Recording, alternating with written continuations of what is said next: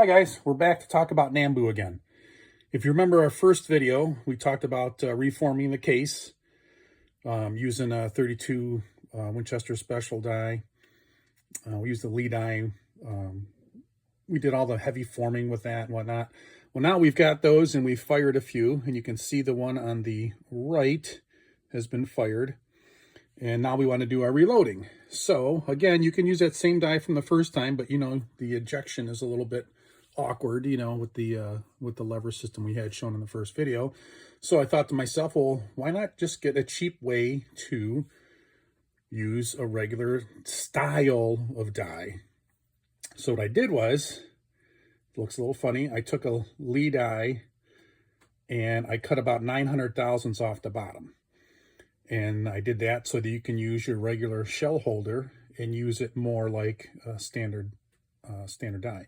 Problem is that when you do that, the die's so short, there's not enough room on the top for the jam nut.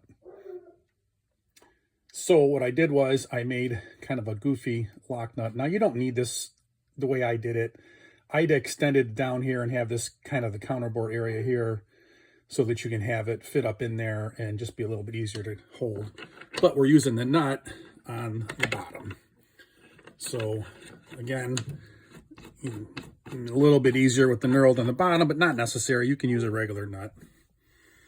But you might have to have it a little bit smaller in diameter because you're actually feeding it up into like the little counterbore area in the press. So having said that, there's our once fired case. We put in there like normal. And now we've resized that just like we had before. But we don't have to use the punch. We don't have to use the lever system. We're using it just like a normal setup. So that's kind of nice. Again, it was a $19 die, Amazon delivered.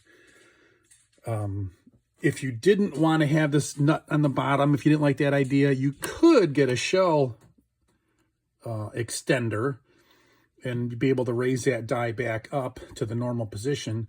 But I kind of like my case ejector, so having everything at the standard ram height is better for me. That's what I end up doing. But again, instead of spending the big bucks, you can easily, relatively speaking, take 900 thousandths off that die, give or take, and have a very, very cheap way to resize your Nambu brass.